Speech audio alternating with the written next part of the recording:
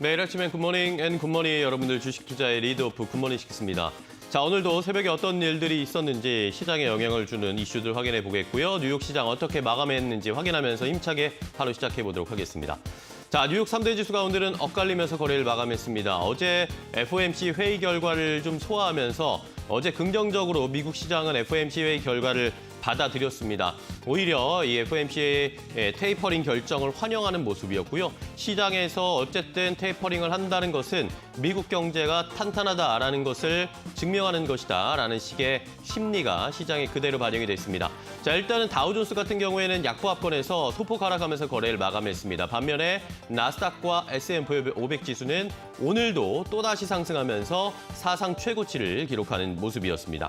자, 오늘 전체적으로 업종별로 흐름을 확인을 해보도록 하겠습니다. 11개 업종 가운데 4개 업종이 상승을 했고 7개 업종은 하락하면서 거래를 마감했습니다. 자, 오늘 기술주들, 특히 칩 관련 종목들이 일제히 상승세를 보이면서 테크놀로지, 기술주 섹터가 1.29% 상승하는 모습이었고요. 경기 소비재와 커뮤니케이션 섹터도 역시 좋았습니다. 반면에 오늘 에너지 섹터가 하락했고 금융주가 1.1% 넘게 하락세가 나타났는데요. 자, FOMC 이후에 국채금리가 내려갔습니다.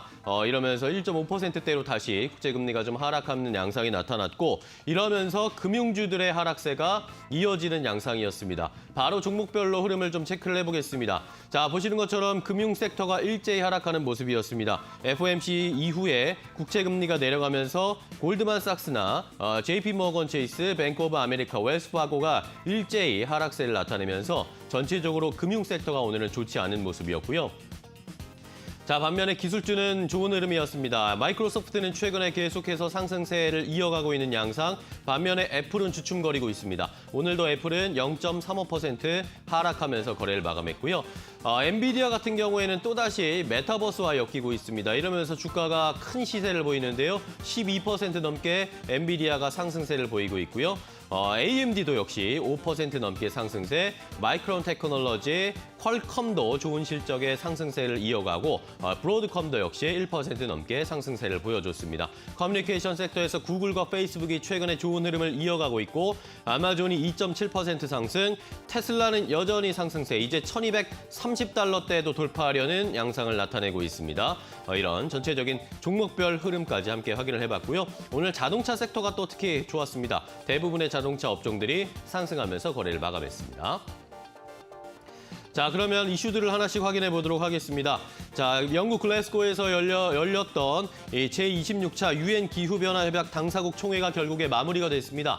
자, 여기에서 최종적으로 참여한 40개국, 우리나라를 포함해서 캐나다를 포함한 이런 40개국이 결국에 석탄 발전을 단계적으로 중지하기로 했다라는 것을 결론을 내놨습니다. 우리나라와 캐나다를 포함한 40개국은 석탄 발전을 단계적으로 폐지해서 선진국 같은 경우에는 2030년에 개발도상국은 2040년대까지 각각 최종 중단하는 그런 서약에 서명을 하는 모습이었습니다. 자, 이러면서 40개국이 참여했다라고 말씀을 드렸는데 사실 가장 많은 석탄 발전국이라고 할 수 있는 미국과 중국은 여기에서 빠지고 서명을 이루었기 때문에 이것이 큰 의미가 있는 것인가, 반쪽짜리 협약이 아닌가라는 이야기들은 좀 나오고 있지만 어쨌든 유엔 당사국 총회에서 이런 이야기들 결론이 나왔다라는 것을 함께 확인을 해보셔야 되겠습니다.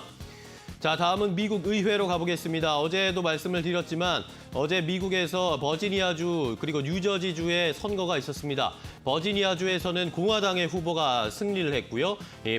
뉴저지주에서도 민주당 후보가 겨우겨우 승리를 했지만 결국에는 결론적으로 봤을 때 민주당이 참패했다라는 식의 평가가 미국에서 나오고 있는 상황입니다.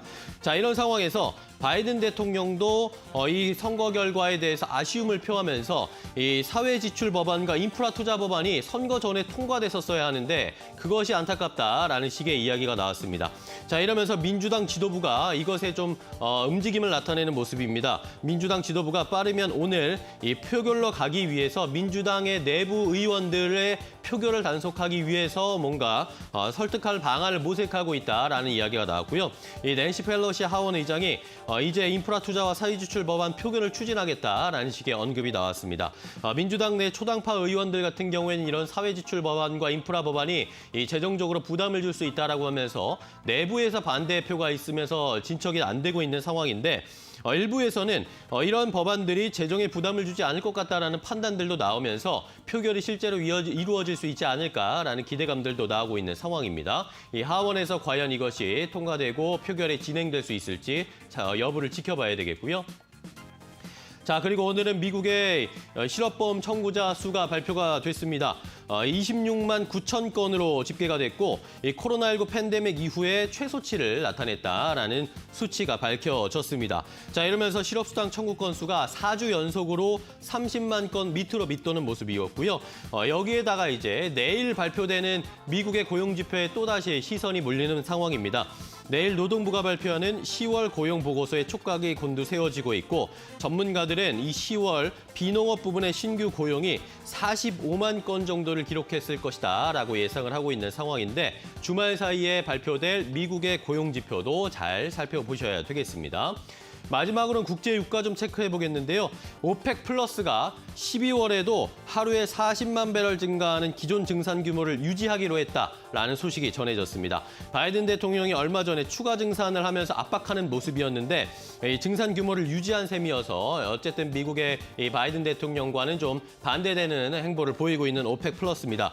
자, 유가가 최근에 80달러를 넘어서면서 산유국들의 추가 증산에 대한 전망도 커진 바가 있는 상황인데 오펙 플러스는 이번 합의에 대해서 안정적이고 균형 잡힌 석유 시장을 보장해 줄 것이라면서 일부 에너지 시장에 극심한 변동성과 불안이 좀 있는 상황이지만 그런 문제는 이 석유 시장의 변두리에 있는 것이다라고 이야기를 하면서 일단은 기존의 40만 배럴 증산에 합의하면서 유지하는 양상이었습니다. 자, 이러면서 국제유가가 조금 하락하는 모습이었습니다. 80달러대 아래로 조금 내려가면서 이 국제유가의 흐름 좀 체크를 해보셔야 된다. 요즘 에너지와 관련된 이야기들이 여러 가지가 나오고 있는 상황이기 때문에 국제유가의 흐름까지 함께 확인을 해봤습니다. 자, 이렇게 글로벌 이슈들을 확인을 해봤습니다. 그럼 이제 뉴욕 시장에서 어떤 종목들이 또 실적을 발표했고 어떤 종목들이 특별한 움직임을 나타냈는지 최연 캐스터가 정리했으니까요. 함께 확인해 보시죠. 네, 글로벌 증시 마감 상황 짚고 가도록 하겠습니다. 오늘도 6가지 기업들의 주가 흐름을 통해서 시장 방향 알아볼 텐데요. 뚜렷한 흐름이 있었습니다. 실적을 발표한 기업들 가운데 코로나19 수혜주들은 좋지 않은 실적과 함께 주가가 하락세를 나타냈고요. 반면에 코로나19 위드 코로나주라든지 혹은 경제 재개주들이 상승 흐름을 보였습니다. 먼저 모더나부터 함께 만나보도록 하겠습니다.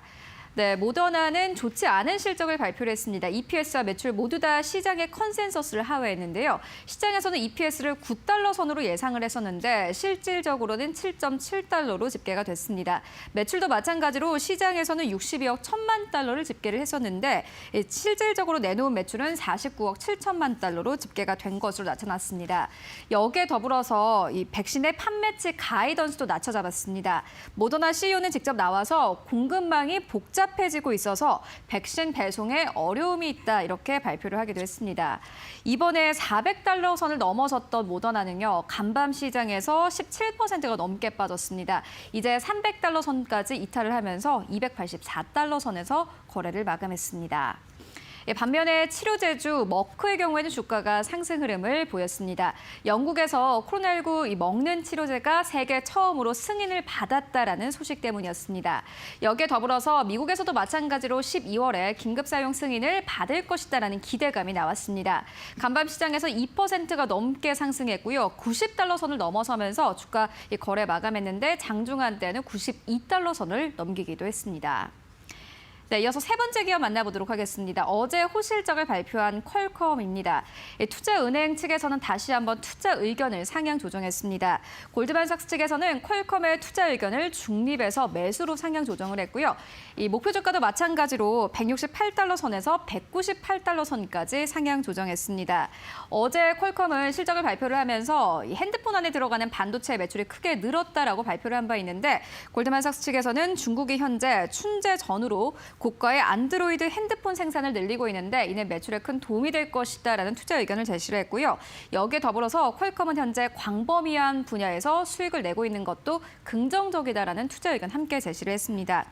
간밤 증시에서도 무려 두 자릿수의 상승 흐름을 보였습니다. 12% 넘게 상승하면서 156달러 선에서 거래 마감했습니다. 네 번째 기업은 엔비디아입니다. 메타버스 수혜주로 꼽히면서 주가가 다시 한번 상승 탄력을 받았습니다. 웰스파고 측에서는 엔비디아의 목표 주가를 30% 넘게 상향 조정했습니다.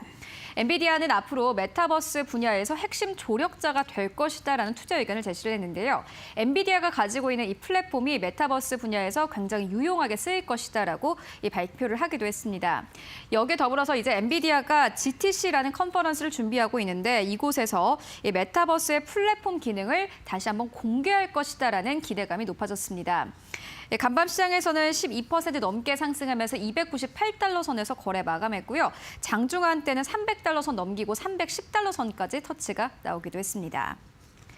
네, 그리고 다섯 번째 기업은 이 플래닛 피트니스라는 기업입니다. 피트니스를 운영하는 기업인데요. 실적을 발표를 했는데 실적이 굉장히 좋았습니다. EPS와 매출 모두 다 시장의 컨센서스를 크게 웃돌았습니다. CEO는 직접 나와서 현재 역사상 가장 높은 회원 증가율을 기록했다라고 발표를 하기도 했습니다. 팬데믹에서 현재 벗어나고 있다라고 긍정적으로 평가를 하기도 했는데요. 이와 함께 주가가 11% 넘게 뛰면서 92달러 선에서 거래 마감했습니다. 하지만 홈 트레이닝의 수혜주로 불렸던 펠로톤 같은 경우에는 연간 가이던스를 낮춰 잡았습니다. 매출과 EPS가 모두 다 시장의 컨센서스를 하회했습니다. 주당 손실을 기록을 했고요. 여기에 더불어서 이 매출과 또 앞으로의 매출 증가율도 소폭 둔화될 것이다라는 이야기 나오고 있습니다. 현재 운동 장비에 대한 수요가 점차 감소하고 있고 지속적인 공급망 문제가 발생하고 있다라고 발표를 하기도 했습니다. 하지만 펠로톤 같은 경우에는요, 연계된 피트니스 가입자는 전년 동기 대비했을 때 87% 넘게 증가한 것으로 나타났습니다. 이렇게 어닝 쇼크를 기록을 하면서 현재 시간의 거래에서 25% 넘는 급락 흐름을 나타내고 있습니다. 네, 이렇게 6가지 기업들을 만나보고 왔는데요. 전문가의 시선은 어떨까요? SC 글로벌센터의 김성규 소장 만나보도록 하겠습니다. 안녕하십니까? 네, 안녕하세요. 네, 간밤 뉴욕 증시 다우존스 지수를 제외하고는 그래도 모두 흐름 좋았습니다. 오늘 우리 증시 영향 어떻게 보십니까? 네, 일단 다우존스는 연준의 어제 그 테이퍼링 발표 이후에 이틀째 계속 물량을 일단 소화하고 있습니다. 그래도 상당히 그 견조한 움직임을 보여주고 있고 다우존스가 일단은 어느 정도 강보합세로 끝나고 나머지 나스닥하고 그다음에 그 S&P 500은 6일째 연속으로 상승하는 그런 상승 마감한 모습 보여주고 있습니다. 현재 상태에서는 일단은 그 유가가 가장 큰 이슈가 되고 있는데 바이든 대통령이 오펙에다가 일단은 추가 증산을 지금 요청을 한 상태입니다. 그런데 오펙 측에서는 이것을 거부하고 기존의 그 일산 40만 배럴 증산에 대해서 계속 그 기조를 유지하겠다는 것을 합의를 하고 나서 오히려 유가가 조금 더 하락을 하는 그런 모습을 보여주고 있습니다. 이에 따라서 국내 증시는 미국의 원유 재고의 증가로 인해서 그 증가세가 당분간 조금 더 늘어날 것으로 보이고 이로 인해서 정유주의 하락세, 그다음 화학주의 강세가 당분간 이어질 것으로 보입니다. 현재 퀄컴이 긍정적인 반도체 공급 전망을 내놓음에 따라서 글로벌 증시에는 상당 호재로 지금 작용을 하고 있고 역시 국내 증시에도 자동차라든가 반도체 관련주들에는 이제 앞으로 반등의 구간, 즉 상승 모멘텀이 이제 발생할 것으로 보이고 또 전자주에서도 어느 정도 긍정적인 영향을 줄 것으로 예상을 하고 있습니다. 현재 연준 의장의 지명 기간이 자꾸 길어지고 파월 의장의 후임이 과연 그가 연임을 할 것인지 아니면은 여기에 대해 가지고서 또 라이어 브레이너드가 이제 새로 의장으로 들어올 것인지에 대해 가지고 시장이 예측을 하지 못하고 있는 가운데 만일 파월 의장이 연임을 못할 경우 시장은 또다시 이제 금리 인상의 공포에 시달릴 수 있기 때문에 이로 인해서 증시 불안이 가중되고 있습니다. 이에 따라서 국내 증시 같은 경우도 역시 미국의 매파 연준 의원들이 만약에 그 연준 의장이 교체되면서 금리 인상을 자꾸 이제 드라이브를 걸 경우에 한국은행도 역시 추가 금리 인상이 계속 잇따를 수도 있어서 이것은 증시에는 어느 정도 아직은 악재로 정확히 얘기하면 여기에 대한 불안 요소로서 그 아직 재료가 남아 있는 상황이 되겠습니다. 마지막으로 미 증시는 현재 생산성 예비치가 현재 5%가 하락해서 이로 인해서 81년도 2분기 이래 최저를 보이고 있기 때문에 앞으로 생산성이 더 성장할 수 있는 가능성은 좀 많이 낮아진 상태입니다. 이것은 사실은 성장성 약세로 인해서 증시에는 악재로 조금 작용할 수가 있고 또 국내 증시에서도 현재 외국인 기관이 양매수가 어제는 들어왔지만 오늘 같은 경우 바로 이거에 대해 연속성 없이 다시금 빠질 수가 있기 때문에 오늘은 일단 여기에 대해서도 좀 주의하시고 또 여전한 순환매 장세가 예상이 되고 있으니까 여기에 대해서도 유념하실 것을 권해드리겠습니다. 네, 알겠습니다. 지금까지 김성규 소장과 함께했습니다. 고맙습니다. 네, 감사합니다. 네, 지금까지 뉴욕 증시 마감 상황 그리고 국내 증시 영향까지 짚고 왔습니다. 최은이었습니다.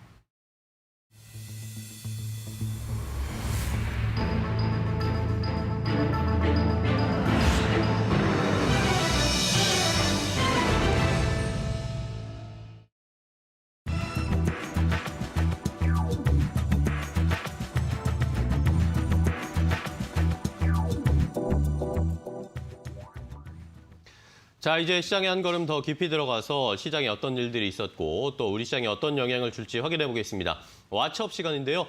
오늘도 현대경제연구원 최영호 고문과 함께하겠습니다. 고문님 안녕하십니까? 네, 반갑습니다. 반갑습니다. 자, 시장이 일단은 FOMC 회의 이후에 여러 가지 반응들을 보이고 있습니다. 어제 뉴욕 시장 같은 경우에는 오히려 FOMC 회의에 관련된 더 긍정적인 반응을 보였고 오늘도 어쨌든 S&P 500 지수와 나스닥은 상승세를 기록하면서 또 사상 최고치를 기록했는데 우리는 반응이 시큰둥합니다. 비동조화가 디커플링이 아주 심하게 일어난 것 같은데 우리 한번 이제 그 연준이 양적 완화를 어떻게 했는지 하여튼 일지를 한번 보시면요. 그럴까요? 3월 3일 날 2000년 3월 3일 날 0.5포인트 비컷을 합니다. 그리고 3월 15일 날 1%. 그때는 임시 FOMC 회의를 열어서 1포인트를 하락시키죠. 그 이후에 3월 23일 날 테이퍼링을 시작을 합니다. 네. 그러니까 당시에 굉장히 짧은 기간 내에 1.5%를 지금 줄이면서 지금 0에서 0.25를 지금 가고 있는 상황인데 그러다가 이제 올해 돌아오면서 5월 달부터 이제 테이퍼링 얘기들이 나오다가 10월 달에 하겠다. 그리고 11월 달에 이제 시행하는 과정들을 갔는데 네. 어쨌든 간에 굉장히 매파적으로 이번에 갈 것 같았다는 전반적인 생각에서 좀 비둘기적이었다 이런 것들이 이제 각계 지금 이 평가인데요. 평가들이 나오고 있습니다. 그러니까 외국인들이 어저께 같은 데는 3,000원 넘게 순매수했어요. 네네. 개인들은 이익 차익 이 실현을 위해서 지금 6,500억 정도를 매도를 했고, 그렇죠. 그러니까 이제 거꾸로 우리가 지금 생각을 했던 거죠. 네. 개인들은 좀 매파적으로 해석을 한다.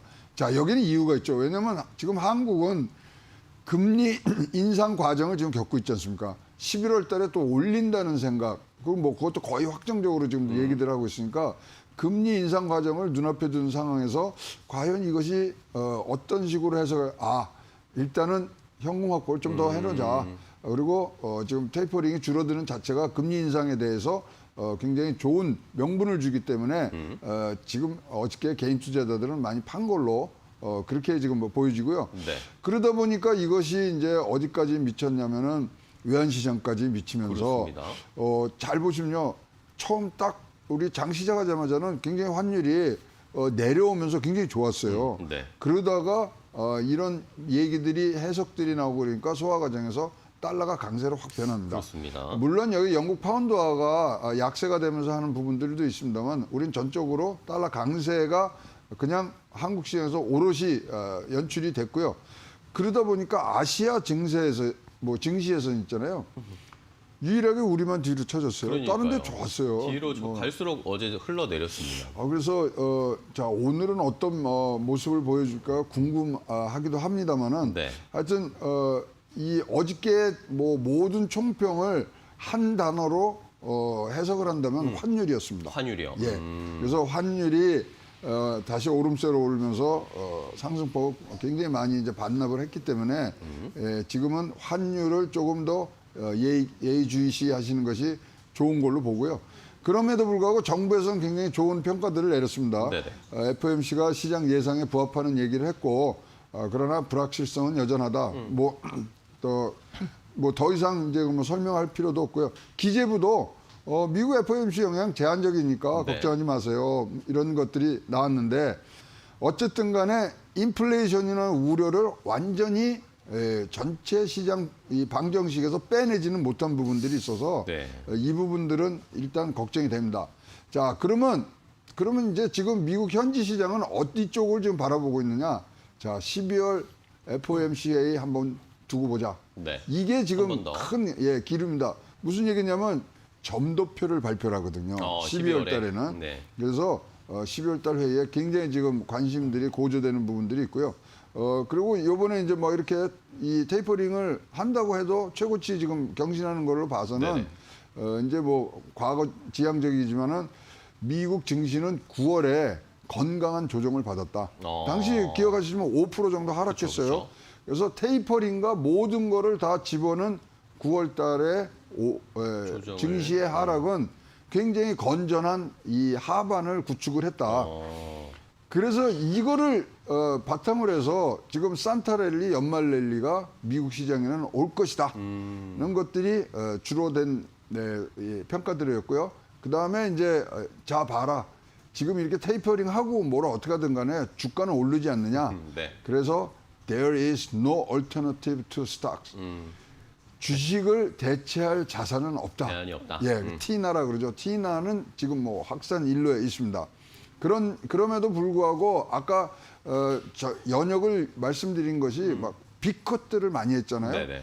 그럼에도 불구하고 지금 빨리 금리 인상을 해야 되는데 이번엔 좀 뭐 별개라고 이제 얘기를 네. 하다 보니까 일부 언론에서는 FOMC가 인플레 안정시킬 수 있는 시기를 놓쳤다.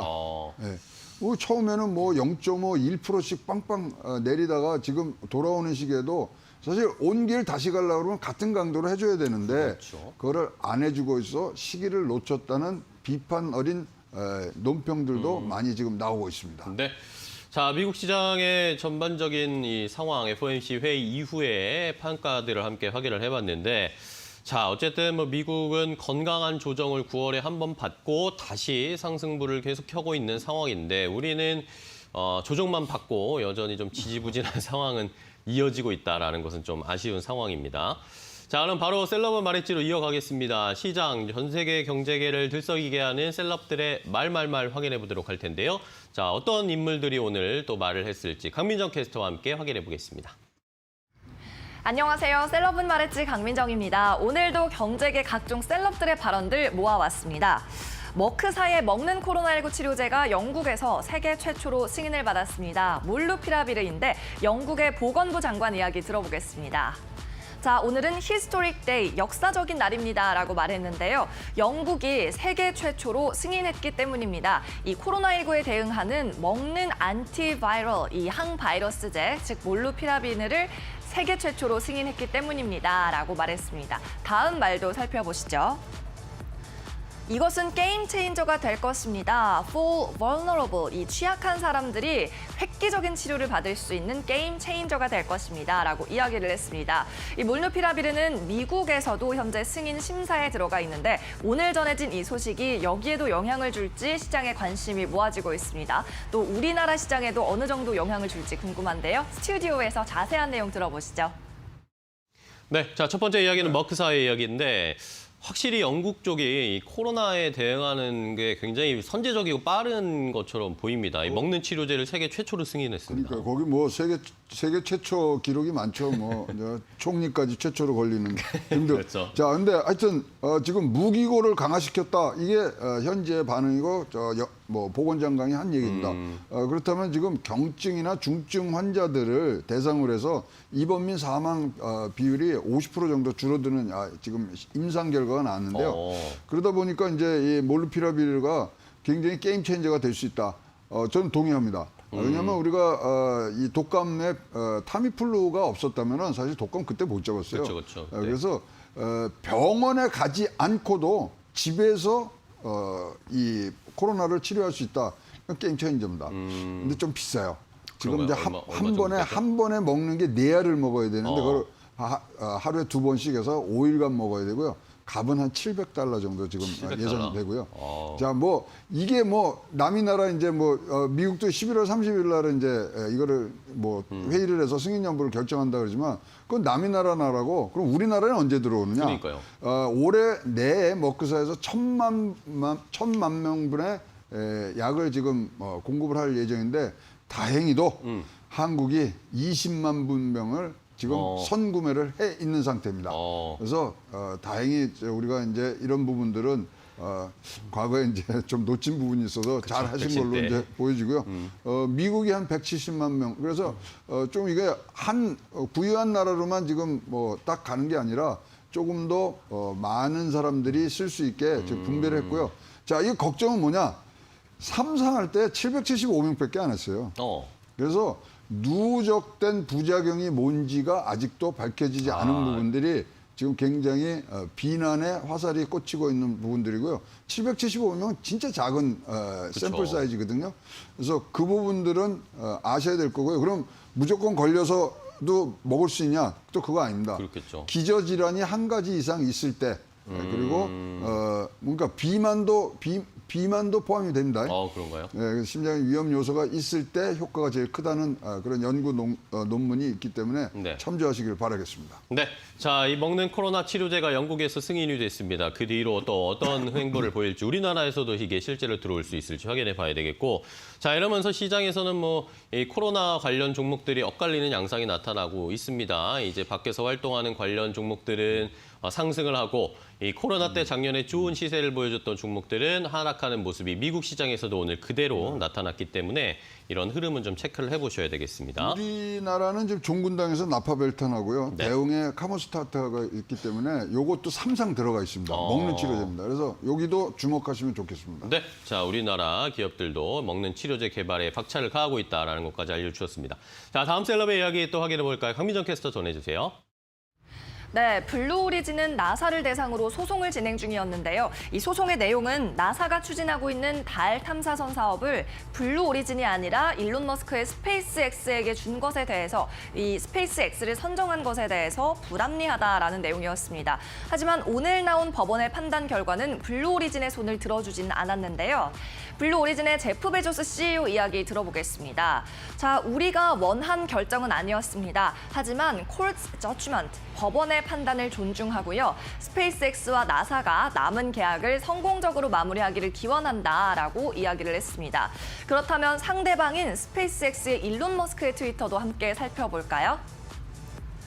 네, 일론 머스크 이렇게 영화 속 한 장면의 사진과 함께 You have been judged, 당신은 이 판단당했다, 판결을 받았다라는 내용의 밈을 올렸습니다. 일론 머스크답게 깜찍한 밈을 올렸는데 이 우주를 사이에 둔 두 CEO의 팽팽한 기싸움 이야기 역시 스튜디오에서 마저 전해주시죠. 네, 자, 역시 우주 산업, 우주 개발 사업에 경쟁을 또 펼치고 있는 두 사람의 이 트위터로 뭐 메시지라고 해야 될까요? 신경전이라고 해야 될까요? 자, 어떻게 보셨습니까? 일단 제프 베조스는 뭐 판단을 받아들이겠다라고 이야기를 했습니다. 그 이제 이게 사실 두 가지의 수주 계약을 했었어요. 네. 그래서 이 달 탐사선하고 그다음에 우주 정거장 왔다 갔다 하는 건데 다 지금 뭐 제프 베조스가 졌어요. 네. 근데 지금 이게 어떻게 되냐면 가격을 쓸 때 스페이스X는 한 3조를 썼고요. 그다음에 블루오리진은 7조를 썼거든요. 그럼에도 불구하고 지금 뭐 스페이스X가 지금 뭐 선정이 성공을 됐습니다. 했기 예. 때문에 먼저 어떤 하냐면 미국 회계 감사원이 있거든요. 네. 거기에다가 이거 부당한 거 아니냐? 우리 돈을 많이 가격을 쓰고 더 썼는데. 다 했는데 왜 이러냐 이렇게 했는데 뭐 어쨌건 간에 이제 하여튼 뭐 스페이스 X로 이게 이제 가다 보니까 이 부분에 이제 굉장히 이제 뭐 타격을 좀 입었는데 뭐 일단은 법원의 거를 존중한다. 근데 이러면 지금 2024년까지 달에다가 사람 보낸다는 아르미테스 지금 이 프로젝트 이게 지금 이제 무산이 될 것 같거든요. 그리고 최근에 지금 17명이 이 계약이 무산된 이후에 17명이 지금 회사를 이직을 했답니다.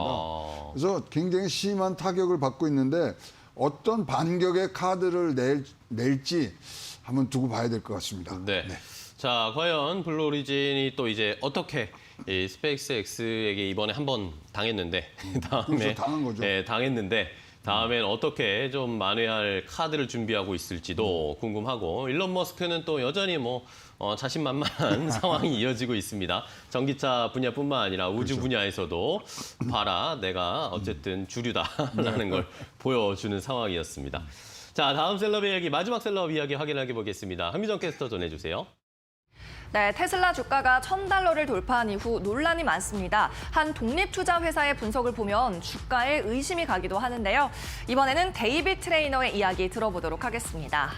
테슬라의 가치 평가가 1조 2천억 달러에 달하고 있는데요. 이것은 곧 테슬라가 전국의 전 세계의 EV 시장을 118% 소유하고 있는 것과 마찬가지고요. 또 애플이 2030년까지 벌어들이는 수익보다 profitable, 수익성이 더 높다는 걸 의미합니다. 라면서 즉 테슬라의 주가가 말도 안 되는 수준이라는 취지로 이야기를 했습니다. 현재 주가는 약 1조 달러 이상 고평가됐다고도 말하고 있는데요. 고모님의 평가와 분석을 들어보시면서 저는 여기서 물러가도록 하겠습니다. 저는 다음 주에 셀럽은 말했지로 돌아옵니다. 네, 강민정 캐스터 수고하셨습니다. 마지막 이야기는 또 뭐 역시 일론 머스크에 연결되는 이야기입니다. 요즘에 뭐 대세네요. 대세는 대세인데 문제는 주가입니다. 테슬라의 주가가 오늘도 1,229달러까지 올라왔습니다. 이게 과연 거품이냐의 논란은 계속 할 수밖에 없는데 그런데도 가네요. 이거 어떡하죠? 네. 지금 그러면 제가 몇 가지를 말씀을 드릴 테니까 네. 우리 시청자 여러분께서 한번 판단해 판단해 보십시오. 볼까요? 네. 첫째, 자 지금은 얘기가 뭐냐면 88% 지금 정도 고평가됐다는 얘기를 하는데 네. 먼저 이 테슬라에서 회사채를 100억 달러를 지금 발행을 했습니다. 네.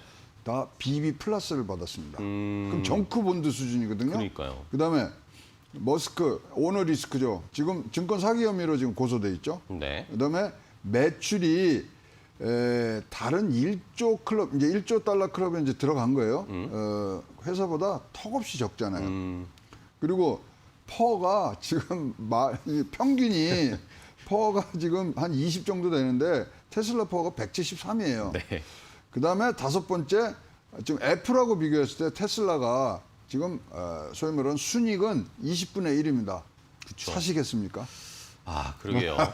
네. 그다음에 지금 사실 뭐 여기 나온 얘기도 틀린 건 아니죠. 지금 뭐 테슬라가 가장 경쟁자에서 이 전기차에서 경쟁자를 물리치고 앞으로 가는데 또 다른 경쟁자들이 지금 나와서 조금씩 이걸 잡아먹고 있거든요. 그렇죠. 한국 시장만 먼저 소개를 드리면 그렇습니다. 예, 맞습니다. 아이오닉 5가 훨씬 더 많이 팔렸어요. 그렇습니다. 현대기아 네. 합치면 추월을 추월했습니다. 우리나라에서. 추월했죠. 예. 그러면 이것이 중국에도 지금 일어나고 있고요. 그럼 과연 테슬라가 이렇게 1조 달러 클럽에 88% 정도 고평가되어 있는 것들을 넘는 실적을 언제 내주냐 이거죠. 그래서 그 부분들에 대한 지금 기대감과 우려가 섞여 있는 그런 내용들이 가고요. 아까 말씀드린 5가지 네. 이 평가 기준은 뉴욕 타임즈에서 나온 기사고요. 거기서 뭐라냐면 이 테슬라는 1조 달러 클럽에 자격이 없다가 제목이었습니다. 그런가요? 네. 자, 알겠습니다. 테슬라 과연 여러분들, 시청자분들은 어떻게 생각하십니까? 1조 달러 클럽에 자격이 있는가? 미래의 성장 가능성에 베팅을 해야 되는 것인가? 아니면 지금 숫자로 봤을 때 이건 너무나 과장되어 있는 주가인가에 대한 판단은 한번 시청자 여러분들 오늘 곰곰이 한번 생각해 주셨으면 좋겠습니다. 자, 이 테슬라의 주가에 대한 평가까지 함께 최영하 고문과 이야기 나눠봤습니다. 오늘도 좋은 인사이트 주셔고 재미있는 이야기 해주셔서 감사하고 다음 주에 또 뵙도록 하겠습니다. 고생 많으셨습니다. 감사합니다. 고맙습니다. 네. 자, 이렇게 시장의 전반적인 뉴욕 시장 상황을 확인해봤고 이제 우리 시장으로 돌아오겠습니다. 우리 시장에서 어제 또 좋은 시세를 보여줬던 한전기술 오늘도 올라갈 수 있을지 확인해보겠고요. 한전기술의 대안주 2개까지 준비했으니까요. 잠시 후에 공개하겠습니다.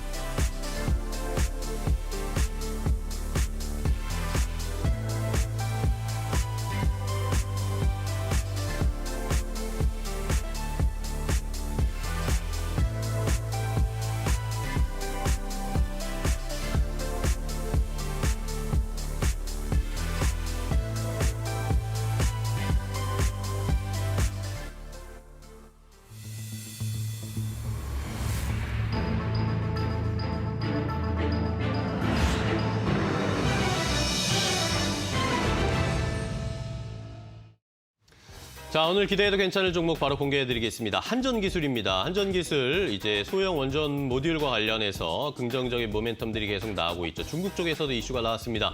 두 분 모두 더 상승할 수 있을 것이다라는 긍정적인 평가를 해주셨는데요. 자, 한 분은 이 정책의 전환 가능성에 이 한전기술의 주가도 올라갈 수 있을 것이다. 그리고 이 세계 주요국들이 말씀드린 것처럼 원전에 대한 관심이 다시 증가하고 있습니다. 이런 모멘텀을 받아서 한전기술 오늘도 상승할 수 있을지 자세하게 분석해 보도록 하겠습니다. 자, 오늘 기대도 괜찮아는 두 분과 함께하겠습니다. 레몬리서치의 김민수 대표 그리고 한국투자증권 서초중앙 PB센터의 길건우 연구원과 함께합니다. 두 분 안녕하세요. 반갑습니다. 안녕하십니까. 자, 한전기술을 살펴봐야 되겠는데 원전주들이 최근에 들어서 이제 다시 들썩들썩 거리고 있습니다. 뭐 원전에 대한 이제 소형 원전 모듈 유럽 쪽에서도 뭐 이런 걸 사용해야 된다. 이 친환경 에너지로만은 부족하다. 이런 얘기가 나오고 있는데 자, 이런 것들의 모멘텀 받아서 상승은 하긴 했는데 더 올라갈 수 있을지가 더 궁금합니다. 한전기술 어떤 분이 먼저 좀 설명을 해주시면 자연스럽게 네. 늘 양보의 미덕을 보여주시는 김민수 대표님. 뭐 이제 중국에서 가장 큰 이슈는 이제 중국에서 그쵸, 원전을 이제 추가로 건설을 하겠다라고 이제 전망이 돼서 가장 많이 오른 것 같은데 지금 이제 스탠스 자체가 사실은 우리나라 이제 원전 관련주들이 원래 기존의 매출들을 보면 5조 원대였는데 탈원전 정책 이후에 3조 원대로 떨어졌거든요. 그러다 보니까 이 원전 관련주들이 말 그대로 탄력을 받으려면 해외에서 많이 수주를 할 수밖에 그렇죠. 없습니다. 그래서 이제 중국의 원전 추가 건설에 대한 전망치가 나오면서 탄력을 받을 수밖에 없는 건데 이게 실질적으로도 많이 이제 일어날 수 있을 것으로 예상이 되고 있어요. 왜 그러냐면 기존에 한 51기를 가동 중인데 앞으로 15년간 추가로 150기 정도를 추가 건설을 하겠다라고 얘기를 하는데 맞습니다. 이 수치가 지난 뭐 35년치를 전 세계 걸 다 합쳐도 이거보다 많은 거거든요. 근데 전반적으로 보면 최근에 국제 유가 급등하고 천연가스 급등하고 전력난 심화가 되면서 원전이 되려 더 많이 주목이 되고 있다라는 거에 포커스를 맞춰 본다라고 하면 앞으로도 괜찮을 것으로 보여지고 있고 또 올해 말에도 이제 이집트의 대형 원전 프로젝트가 또 남아 있거든요. 뭐 한수원, 한전기술, 현대건설, 두산중공업 컨소시엄으로 하고 있는데 이 금액이 또 굉장히 큽니다. 10억 달러 규모여서 앞으로가 조금 더 그래도 올라갈 수 있는 모멘텀들이 여전히 많이 남아있지 않나라고 생각이 들어서 긍정적으로 보고 있습니다. 네, 좋습니다. 자, 일단은 중국 쪽에서 또 불을 당겼습니다. 엄청난 수의 원전을 만들겠다라고 이야기를 했는데 그게 이제 중국 쪽에 이 해안 쪽에 좀 건설을 많이 할 거다라는 것 때문에 우리가 좀 불안하긴 한데 뭐 어쨌든 많이 만든다니까 우리 기업들이 또 수혜를 볼 수도 있지 않을까. 김민수 대표님은 어떻게 보세요? 한전기술. 네, 그렇게 되면 이게 탈원전인가요? 그러게요. 바로 옆에 근접한 해안 쪽에 쫙 세워져 있으면 저희가 아무리 탈원전하면 아무 의미가 없겠네요. 그러니까요. 네, 이런 상황이 되다 보니까 좀 불안하기도 합니다만, 네, 그래도 일단 원전이 다시 대세로 간다는 관점 쪽에서 한전 기술뿐만 아니라 원자력 관련된 종목들을 다시 살펴볼 때가 맞지 않나라는 생각이 그렇습니다. 들고 있고요. 특히 앞서 팀장님 얘기하셨듯이 지금 어떤 프로젝트가 생기게 되면 한전 기술이 왜 빠지지 않느냐라고 봤을 때 세계 유일의 원자료 개통과 설계, 원전, 종합 설계를 수행할 수 있는 유일한 회사입니다. 그러다 보니까 꼭 빠지지 않을 수밖에 없다라고 봐야 될 부분들이고요. 그런 쪽으로 봤었을 때 나타나고 있는 원전과 함께 특히 최근에 보면 가장 탄력이 좋은 종목으로 바뀌어져 있죠. 그렇죠. 그래서 약간 대장주 역할을 하고 있다는 관점 쪽에서 눈길을 계속 가고 있는데 아마 어제 상당히 강했기 때문에 살짝 눌림목이 나올 수는 있어도 그렇게 되면 또 다른 원전 관련주가 또 동참하지 않을까라는 관점 쪽에서 여전히 특히 이제 대선 정책 관련된 부분들도 이제 오늘이죠. 그렇죠. 여당 쪽에서 후보가 확정되게 되면은 확정되니까. 또 이제 격돌이 나오지 않을까. 탈원전이냐 또 원전 계속 이끌 것이냐라는 부분들 쪽에서도 또 하나의 쟁점이 될 수 있기 때문에 계속 관심 있게 봐야 될 것 같습니다. 네, 좋습니다. 자, 두 분 모두 한전기술 더 상승할 수 있을 것이다. 한전기술뿐만 아니라 다른 원전 관련 종목들이 이제 전체적으로 이 추세를 바꾸고 상승으로 갈 수 있는 여건이 많이 마련됐다라고 평가를 해주셨습니다. 과연 오늘도 한전기술 어제 20% 넘게 상승했는데 오늘도 상승할 수 있을지 어쨌든 추세는 계속 상승으로 이어갈 것이다라고 두 분은 예상을 해주셨습니다. 자, 저희가 이렇게 전해드린 방송 내용은요, 시청자 여러분들의 투자에 참고가 되는 내용을 알려드리는 겁니다. 최종 투자 판단과 결정은 시청자 여러분들께서 직접 내리셔야 한다는 것 다시 한번 강조드리겠습니다. 자, 그렇다면 원전주들 다 좋은 흐름이다라고 두 분이 공통적으로 의견을 주셨습니다. 그럼 한전기술 말고도 다른 어떤 대안주로 또 다른 원전주들 봐야 할지 그 종목 두 가지 바로 공개해드리겠습니다. 자, 한전기술의 대안주 두 가지를 준비를 했습니다. 원전주들이 다시 기지개를 펴고 있는 상황에서 나도 원전주다라고 부각을 하고 어필하고 있는 S&T 에너지 함께 확인을 해보겠고요. 다른 한 분은 이 에너지 포트폴리오 다변화를 보여주고 있는 두산중공업이 역시 이 원전주로 대장주일 것이다라는 의견 주셨는데요. S&T 에너지와 두산중공업 과연 어떤 종목이 더 좋을지 비교 분석해보도록 하겠습니다. 자, 두 분이 한 종목씩 대안주를 가지고 오셨습니다. 역시 원전 관련 종목들을 가지고 오셨는데 일단은 뭐 원전 관련 중 대표주죠. 대표 종목이고 많은 분들이 관심 가지고 있고 최근에 주가가 쭉쭉 들썩거리고 있는 두산중공업부터 좀 보겠습니다. 네. 또 제가 먼저 하네요. 네. 뭐 이제 지금 부담스러우신가요? 네, 아니 소형 원전뿐만이 아니라 이제 대형 원전 아까 이집트 수주도 네네. 얘기를 말씀을 드렸지만 여러 가지 원전 자체가 굉장히 조금 기대가 되는 거기는 합니다. 그래서 이제 대형 원전에 들어가는 기자재를 두산중공업 같은 경우에는 좀 많이 가지고 있어요. 그쵸. 뭐 시스템도 가지고 있고 연료 저장대도 가지고 있고 터빈도 가지고 있고 굉장히 많은 것들을 가지고 있어서 대형 원전 수주 프로젝트가 터질 때마다 아마 가장 큰 탄력을 받지 않을까라고 예상이 되고 있고 올해 이제 차세대 소형 원자로라고 하는 것들을 미국 엑스에너지랑 제작 설계 용역을 수주를 했거든요. 그래서 앞으로 이제 이게 어느 정도 된다라고 하면은 기존 대비 안전성도 좋고 연료도도 굉장히 우수해서 추가적으로 들어가는 여러 가지 과정들을 조금 활용할 수 있는 것들이 굉장히 많다라고 보시면 되고 요새 또 수소 테마 달기만 하면 날아가잖아요.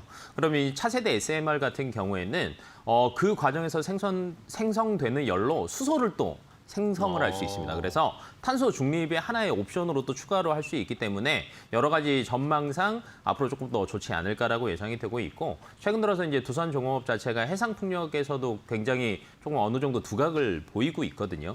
그러니까 해상풍력이 이제 기존 같은 경우에는 뭐 영국이나 유럽이 뭐 급성장을 많이 했다라고 하면 최근 들어서는 우리나라를 비롯해서 아시아권에서 높은 성장성이 사실은 이제 굉장히 기대가 되고 있다라고 보시면 될 것 같고 기본적으로 육상풍력보다는 해상풍력이 이제 계속 관심을 가질 수밖에 없는 여러 가지 이유들이 있는데 뭐 바람의 질도 굉장히 좋고요. 그다음에 계속 일정 속도로 돌아갈 수 있기 때문에 발전기 수명도 굉장히 길어지고 다른 것보다도 효율이 육상풍력이 한 25% 정도 나오는데 해상풍력이 40% 정도 나옵니다. 뭐 그렇다라고 하면 아시아권에서 아까 해안선을 이 라인을 따라서 중국이 원자로를 건설하겠죠. 그럼 그 해안선에는 또 해상풍력이 생길 수도 있다라는 거죠. 그러니까 여러 가지 특성들을 종합을 해보자라고 하면 원전 플러스 뭐 소형 원자로 그다음에 해상풍력까지 삼중 수혜를 받을 수밖에 없는 대표적인 기업이 두산중공업이라고 생각을 하시면 될 것 같습니다. 네, 좋습니다. 자, 두산중공업 원전뿐만 아니라 뭐 전반적으로 에너지 포트폴리오를 다각화하고 있는 상황이기 때문에 이 에너지 관련 종목으로는 뭐 여러 가지 수혜를 얻고 또 테마를 받을 수 있는 종목이다. 그러니까 많은 분들이 요즘 두산중공업에 관심을 가지고 계신 거겠죠. 자, 그럼 김민수 대표님이 가지고 오신 대안주도 궁금합니다. 네. 잘 알려지지 않은 숨겨진 종목이지만 요즘 이런 걸 자주 가져오시네요. 네, 이런 게 빛을 발해야 되는데. 네. 그래서 S&T 에너지를 보다 보니까 일단 가장 강점이 있는 게 공랭식 열 교환기에 주력하고 있는데 이쪽 같은 경우는 그게 뭐죠?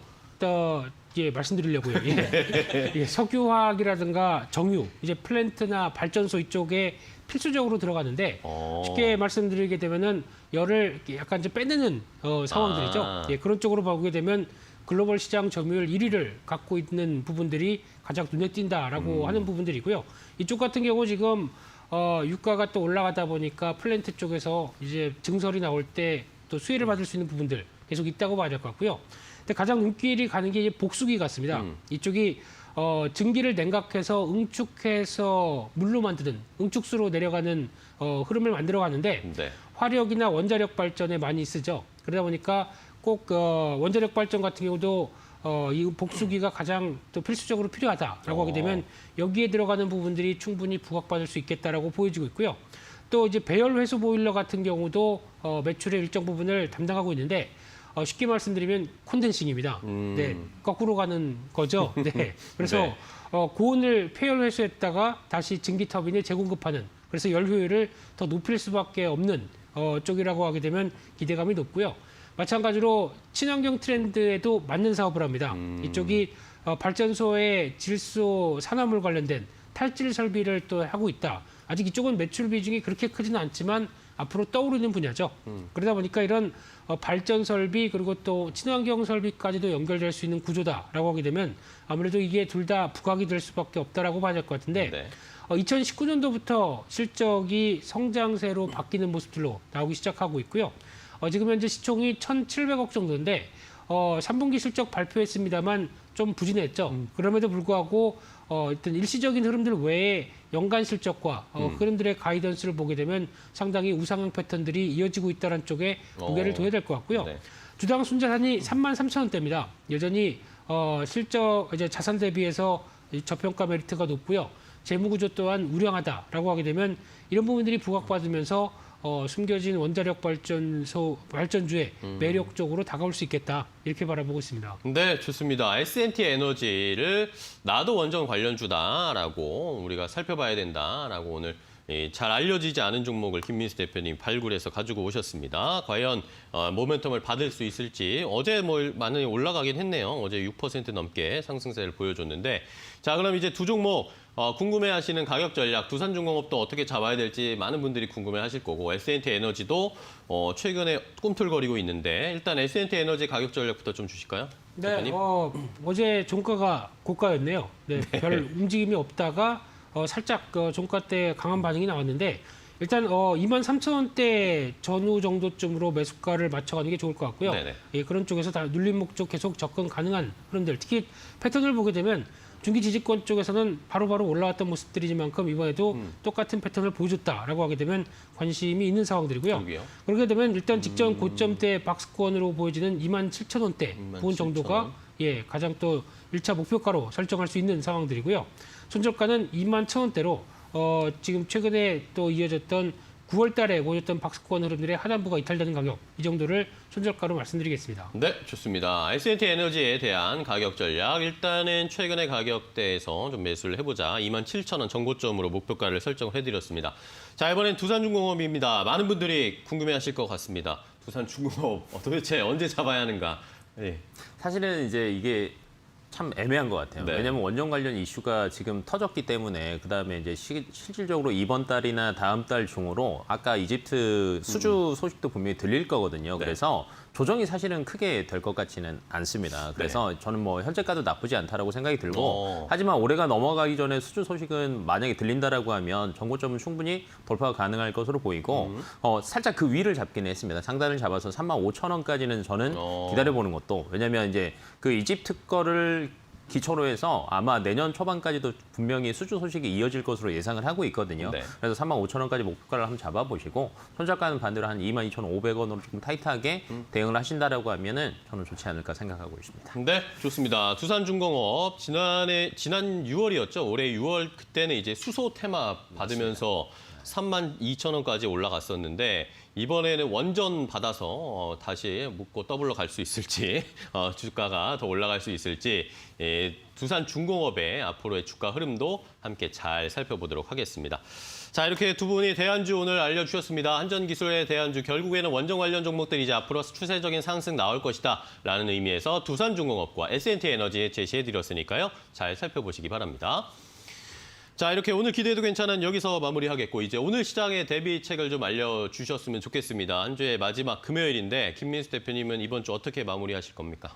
네, 뭐 지수에 대한 기대는 1도 없습니다. 네, 안 하려고요. 1도 없으세요? 네, 전혀? 네, 그냥 그렇게 해서 크게 밀리지만 마라. 네. 그런 쪽으로는 바라보고 있는데 어제도 보다 보니까 섹터가 상당히 여전히 강하다고 봐야 될 것 같고요. 네. 뭐 게임이나 또 엔터 쪽이 좀 빠지다 보니까 어제 또 강한 쪽은 자동차 이쪽이 또 대안으로 나오기 시작하고 또 하나 이제 원전도 마찬가지겠지만 내년을 봤을 때 대선 정책과 관련돼서 또 부동산도 핫하겠죠. 그렇죠. 네, 그러다 보니까 건설이나 건자재, 요즘에 시멘트 쪽이 강하게 움직입니다. 그러면 여기서 확장되는 건자재 쪽도 관심 있게 봐야 될 것 같고요. 게다가 또 2차 전지는 영원한 또 단골 섹터죠. 예, 실적 발표하다 보니까 에코프로 BM 그룹들 양호한 모습들을 같이 연결하면서 네. 섹터로 보자 이렇게 말씀드리겠습니다. 네, 자 결국에는 이 이슈를 받을 수 있고 좋은 섹터들을 잘 타이밍 맞게 거래를 해야 된다라는 게 현재 시장 분위기 같습니다. 길건우 연구원님은요? 뭐 앞에서 다 하셔가지고 뭐 제가 딱히 할 말이 없습니다. 네. 뭐 그냥 최근 들어서는 뭐 대선도 마찬가지고 여러 가지 이제 이슈들이 많이 기다리고는 있지만 사실은 그런 이슈들의 영향을 지금 많이 받을 수밖에 없는 시장이거든요. 근데 이제 잘 고민을 해보시면 실적이 뒷받침될 수 있는 이슈들을 따라가신다라고 하면 저는 나쁘지 않다고 생각이 들고 네. 뭐 크게 보면 방금 얘기했던 것처럼 뭐 원전 관련들도 있을 거고 건설 관련 주들도 분명히 있을 거니까 그런 쪽으로 조금 대응을 하신다라고 하면 저는 앞에서 다 해주셔가지고 할 말이 없습니다. 알겠습니다. 네. 어쨌든 뭐 공통된 의견 합의는 봤다라고 결론을 내리겠습니다. 자, 두 분 오늘 좋은 정보 소개해 주셔서 감사하고요. 다음 시간에 또 뵙도록 하겠습니다. 고생 많으셨습니다. 고맙습니다. 자, 굿모닝 식스 이제 오늘 저희가 준비한 소식과 정보는 여기까지고요. 저희는 다음 주 월요일에 아침 6시에 또 더욱 빠르고 정확한 정보 가지고 찾아뵙도록 하겠습니다. 자, 이제 주말 사이에 이제 미국 시장에 조금 변화가 있습니다. 이 서머 타임이 이제 해제가 되기 때문에 주말 사이에 미국 시간으로 7일 새벽 2시를 기해서 서머 타임이 해제가 됩니다. 그렇기 때문에 다음 주부터는 우리 시장 이제 8일부터 적용이 되겠죠. 미국 시장 우리 시간으로 봤을 때는 오후 11시 10분부터 시작이 돼서 새벽 아침 6시에 종료가 되는 1시간씩 이렇게 뒤로 밀립니다. 요것을 잘 확인을 하셔야 되겠고 거기에 따라서 저희가 시간에 맞게 또 잘 대응하고 정보를 알려드릴 테니까요. 다음 주에도 많이 시청해 주시기 바랍니다. 끝까지 시청해 주신 여러분 고맙습니다.